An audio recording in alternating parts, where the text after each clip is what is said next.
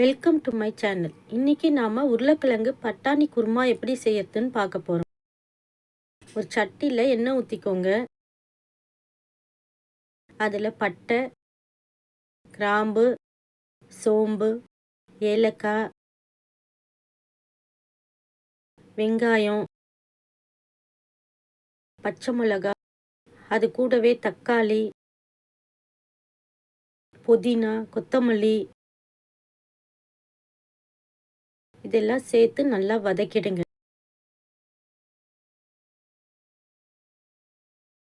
இந்த குழம்ப நம்ம ரொம்ப ஈஸியாக செஞ்சிடலாம்.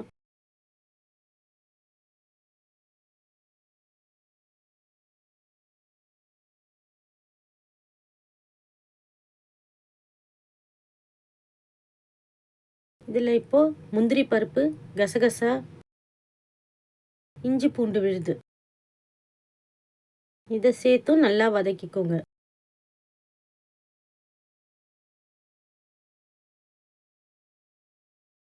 இப்போ இதில் நம்மளுக்கு தேவையான அளவு மிளகு, சீரகம் சேர்த்துக்கோங்க.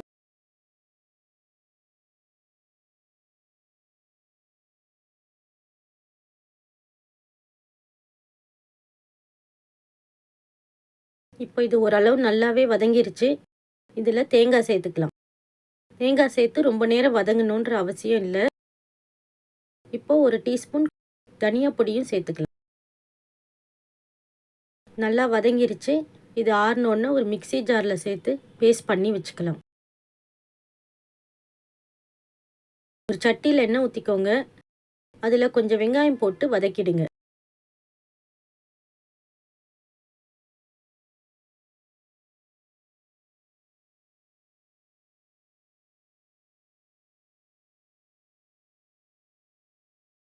இப்போ இதில் நம்ம கட் பண்ணி வச்சுருக்க உருளைக்கிழங்கு, உப்பு, வேக வச்சிருக்கிற காஞ்ச பட்டாணி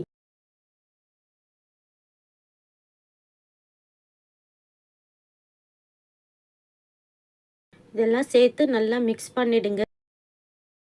மிக்ஸ் பண்ணி நம்ம அரைச்சி வச்சிருக்க பேஸ்ட்டையும் இதில் சேர்த்துக்கலாம். தேவையான அளவு தண்ணியும் ஊற்றிடுங்க.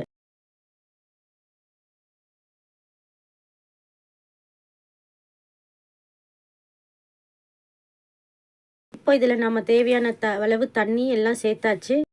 இது நல்லா கொதித்து திக்காகணுன்னு ஆஃப் பண்ணிவிடுங்க. ரொம்ப டேஸ்டான பட்டாணி குருமா ரெடி ஆகிடும்.